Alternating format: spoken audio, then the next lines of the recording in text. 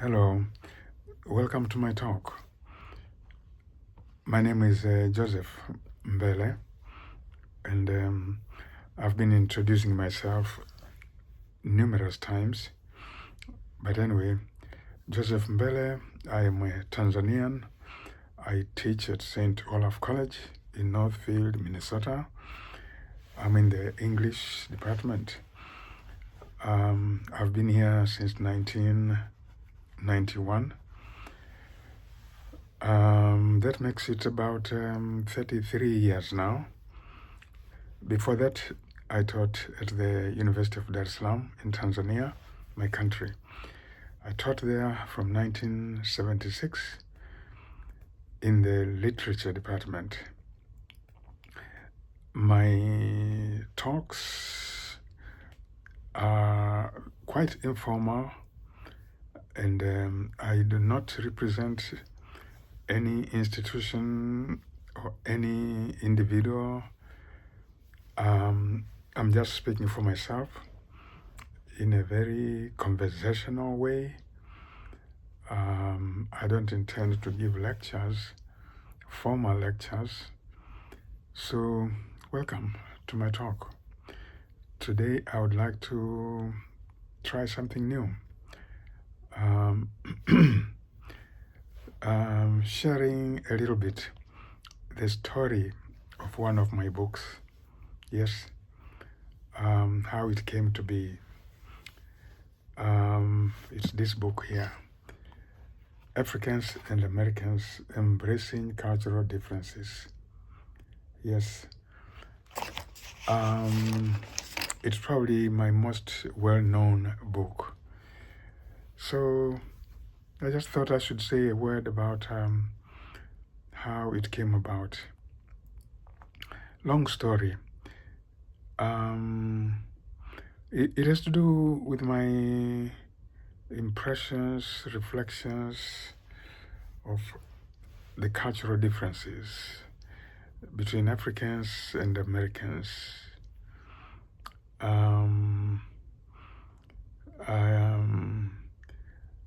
I started really interacting with Americans as a people when I was in graduate school in Madison, Wisconsin, 1980 to 86. I noted differences between our cultures, but I was too busy studying in the graduate school, too busy to think about cultural differences. We were experiencing, when I say we, I mean we African students. There were many of us there from across the continent. I didn't have time really to think about the unusual things we experienced, the strange things.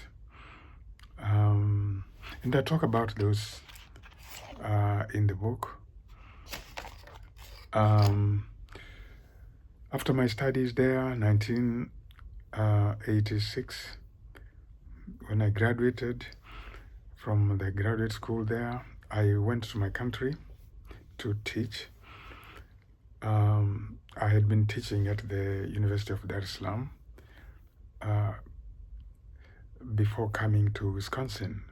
So when I finished my studies, I went back to Dar es Salaam to continue teaching.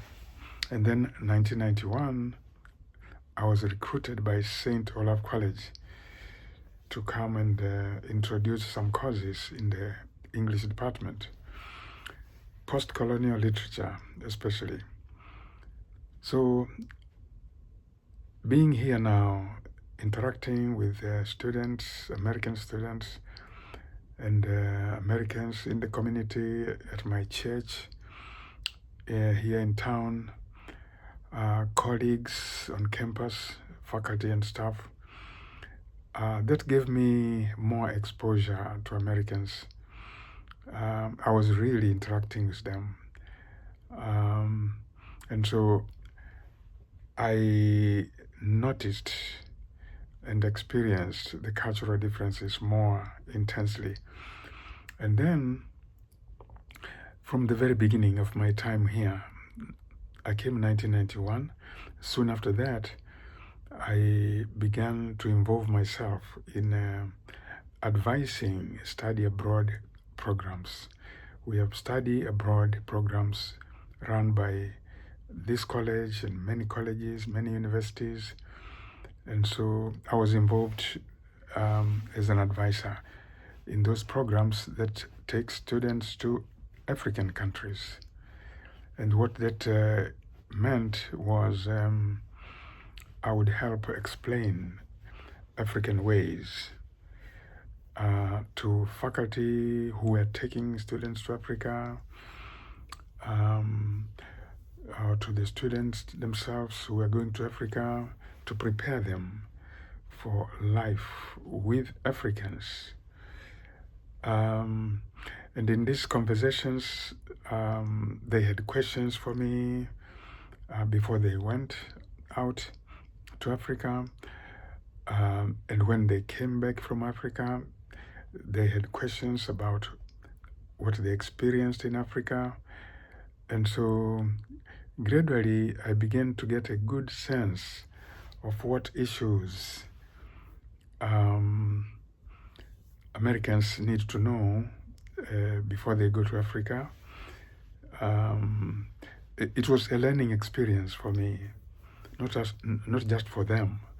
You know, asking me questions, I learned, what are the issues. And there were meetings, among faculty that were advisors on these programs in other colleges and universities. And we used to meet in places like Chicago and Ann Arbor, Michigan. I remember various consortia of these colleges, like this one in Chicago was called the Associated Colleges of the Midwest, ACM. About 14 colleges represented. And in these meetings with the faculty, we would read reports, by students who had come from study abroad in Africa. And in their reports, they might, talk about experiences that were difficult for them, encounters that were difficult for them. And I found myself explaining, because many of these seemed to me to be just cultural.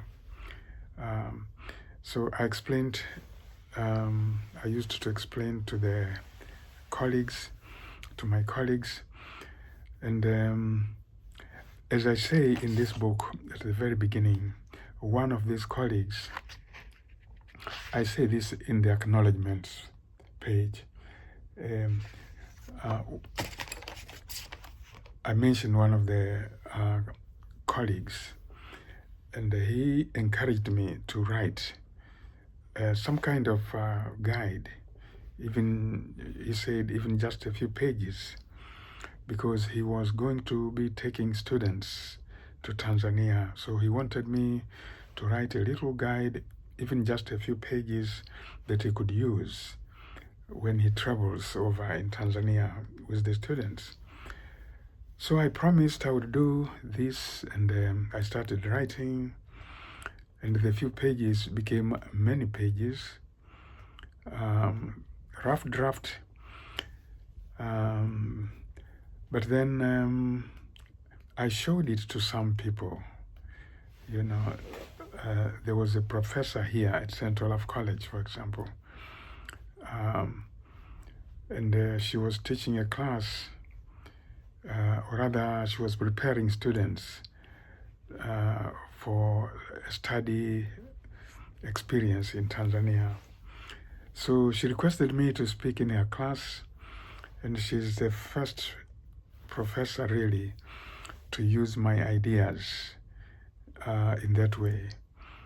I gave her the draft, and she found it very valuable. She went to Tanzania with the students. And then after that, the draft got into the hands of pastors of the Evangelical Lutheran Church in America.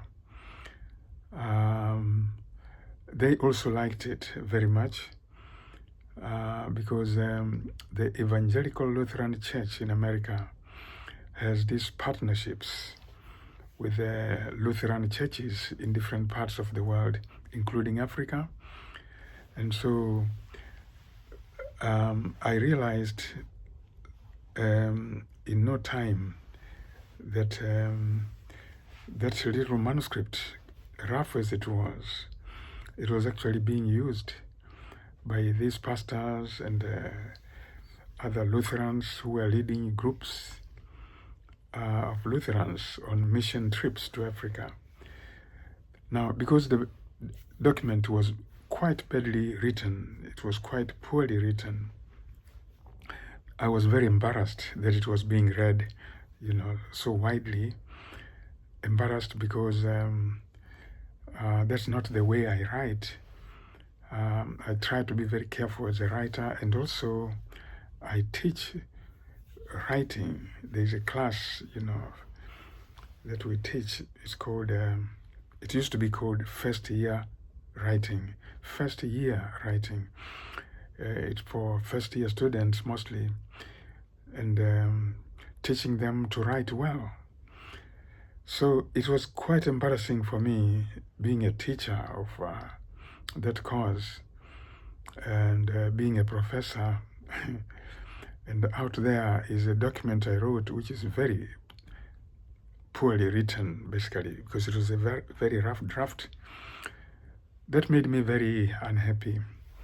So in the year 2005, I had a sabbatical leave, and I decided to spend that sabbatical leave polishing that little document.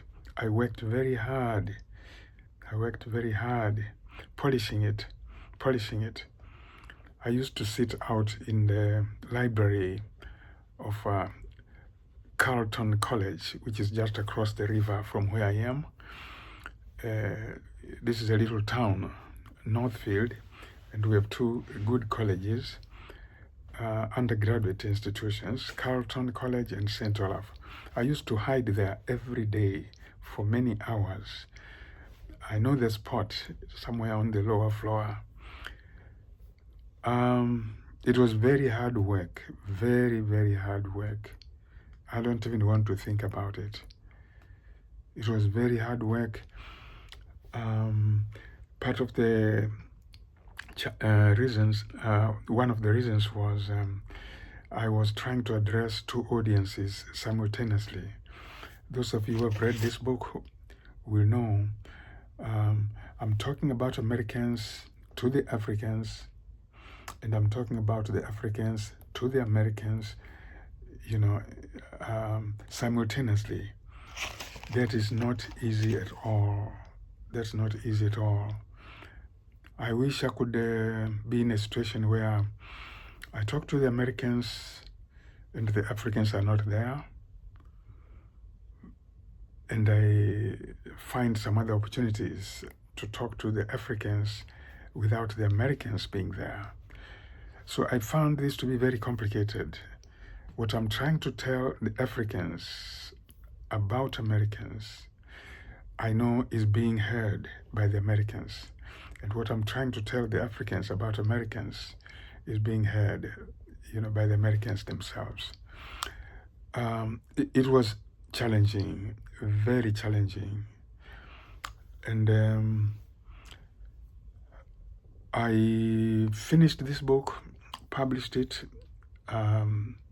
Actually, it was during that sabbatical leave, 2005, in the spring, I believe. Yeah, it was in the spring.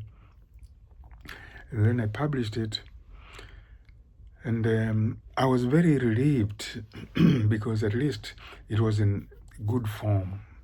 It's not perfect, at least it was in good form.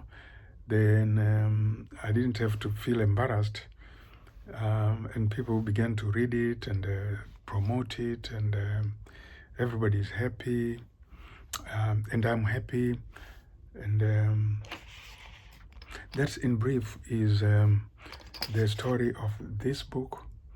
But I'll be telling this story more systematically in the future, no doubt about it, because I'm a cultural consultant, and one of my dreams is to actually write a book about my experience as a cultural consultant, helping Africans and Americans navigate cultural differences.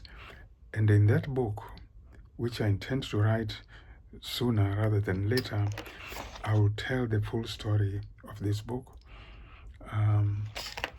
But for now, I just wanted to record this for anybody who might be curious. Yeah. And another day, I think I'll talk about some of the other books I've written. Yeah. And this little talk might be valuable to me in the future when I sit down to write the full story. That's it for today, and I wish you all the best. Keep visiting my YouTube channel, and I wish you all the best. Bye.